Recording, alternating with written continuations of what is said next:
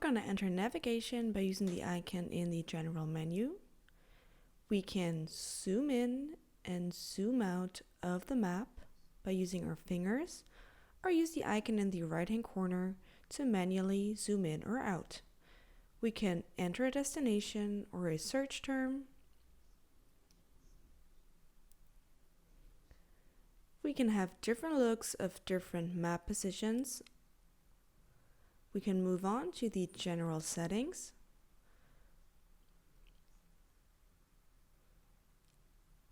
We can use our personal route assist. We can use the traffic icon to have a look at the current traffic situation.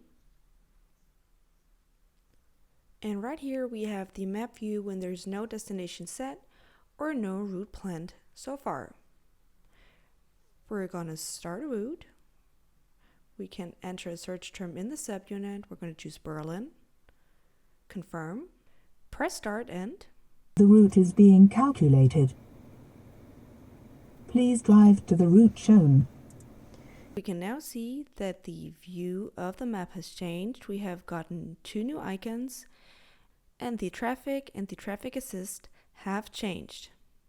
We're going to listen to the current speech commands one more time.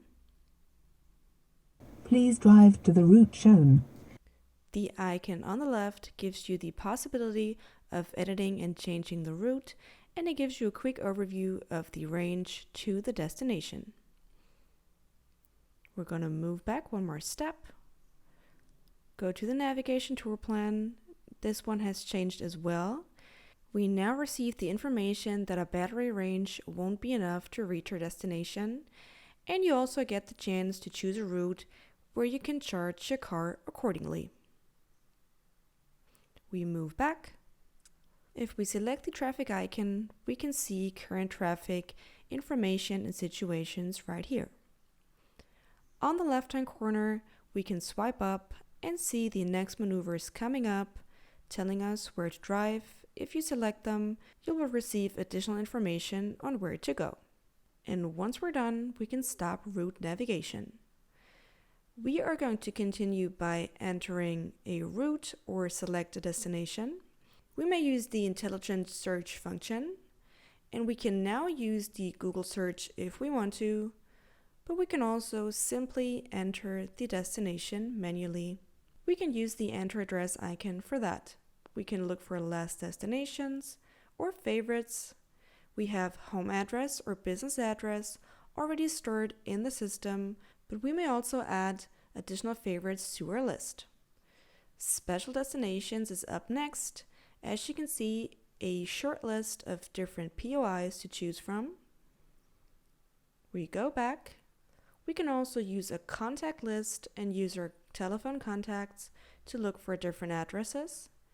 And a specialty in this car received destinations, you would have to be logged into your Audi account to actually use this function. So we move back, and we're basically done with the navigation function. We're going to go one more step back and move on to the settings functions. We have 3 pages of setting functions to choose from. We're going to scroll through one more time, going to swipe to the right, and every menu item has a shortcut to the settings function. We're going to show you an example. We move on to telephone, click the shortcut button in the right upper corner, and one more time, we're going to try this one with navigation, and we're moving to the settings functions. You may of course also use the general settings function to enter every menu item. In the general settings options, we can change everything that has to do with the car itself. For example, time, date, kilometers per hour, or miles per hour. Display brightness gives us the chance to work on every display in the car, for example, the instrument cluster, the head unit, and so on. We can use the language and keyboard icon to change the language on the keyboard, or change the keyboard layout as well. Sound has to do with the bass and treble settings. Announcement and sounds has to do with everything that comes with the navigation system, speech commands, and so on. Under System Maintenance, you can reset your current settings. The user icon will be used to create new profiles or edit already existing profiles. The Connected Devices icon can be used to connect devices like Bluetooth, USB, smartphone, etc.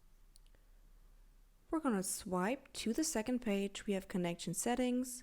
The connection settings give you information about your current connections, whether your Bluetooth is visible, whether you're using a Wi-Fi hotspot, whether you are providing a Wi-Fi hotspot yourself.